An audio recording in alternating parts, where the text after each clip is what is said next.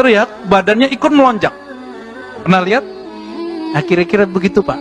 Ketika kalimatullah ini dibaca oleh si fulan ini, dan dia tahu tekniknya, diajarkan oleh gurunya yang bersanad kepada Rasulullah, lalu dia hunjamkan ke kolbunya. Di saat kalimah itu mau masuk ke dalam kolbu, terjadilah hentakan. Itu sebabnya kenapa sebagian orang-orang ahli zikir itu zikirnya dia sembari bergerak, bukan dibuat-buat itu. Ya, kita aja yang bilang dia kesurupan. Beda, Pak, kesurupan jin sama kemasukan kalimatullah itu beda. Yang ngeruqyah butuh diruqyah lagi tar. Jadi pernah kejadian orang zikir begini lagi asyik, diruqyah sama teman kita. Ya, bingung dia, ya. Justru lebih tajam kolbunya orang ini daripada yang meruqyah. Yang meruqyah pakai suuzon, oh ini jin. Tidak akan pernah bersatu di dalam kolbu nama Allah dan jin, gak pernah. Saya pernah menyebutkan di sini bahwa syaitan itu minta izin kepada Allah. Ya Rabb, dia manggil Allah juga, ya Rabb.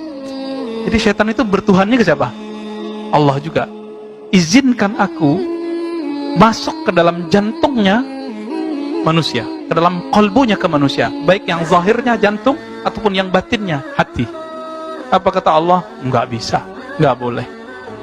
Tapi aku izinkan kamu masuk melewati jalur pembuluh darah. Itu sebabnya Nabi mengatakan inna syaitan yajri majrad dam. Syaitan itu mengalir di setiap pembuluh darah. Di mata ada pembuluh darah enggak? Makanya mata kita nakal, Pak. Bener enggak? Iya, gitu aja, Pak. Mata saya juga nakal kok. Lidah kita suka nyelekit enggak? Iya, karena di situ ada. Ya, telinga kita senang denger yang jorok-jorok enggak? Ngaku aja, Pak, iya. Kalau ngelihat orang tengkar seneng nggak? Seneng. Oh, antum kan suka ngelihat beda berita, perang berita. Ya udah naik dikit. Kalau dulu perangnya perang fisik, adu ayam, sekarang adu orang, adu opini. Itu hobi. Nah, orang-orang yang jualan berita itu, mereka level pertengkarannya udah sampai di perang akliyah, bukan fisik lagi. Nafsiyahnya yang bermain itu, dan mereka makan dari situ, Pak. Dari ngadu domba orang itu, menyebar hoax, menyebar opini-opini yang tidak sahih. Ya, na'udzubillah min dzalik. Si kolbu ini puncaknya ketika dia bersatu kalimah itu dengan namanya. Jadi kalau nama Allah, kolbu itu dia nggak mau diisi dunia, apa nggak mau. Dia nggak bisa diisi lawan jenis, nggak bisa diisi mobil. Kekecilan mobil itu di kolbu kita, kekecilan dia. Karena kolbu itu luasnya bukan main. Dia nggak bisa diisi rumah. Maka antum kalau beli rumah yang bagus, habis itu dia minta lagi. Siapa yang minta? Nafs. Sama kolbu ya, kolbu nggak puas. Bukan ini yang aku cari.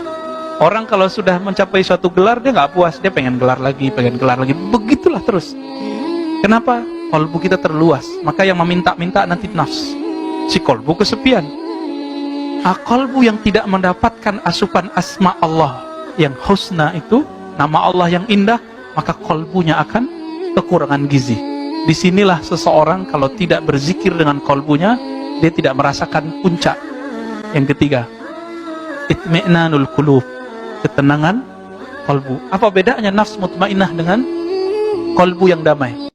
Nafs yang tenang itu hanya dapat dicapai dengan kolbu yang berzikir. Jadi nggak, mohon maaf, kalau banyak orang tanya, Ustadz gimana cara menundukkan syahwat? Nggak ada doanya. Kan banyak orang, Ustadz kasih dong saya zikir menundukkan syahwat. Nggak ada. Nggak ada zikir menundukkan syahwat. Zikir-zikir itu bukan untuk nafs. Zikir itu untuk ngelawan syaitan di kolbu.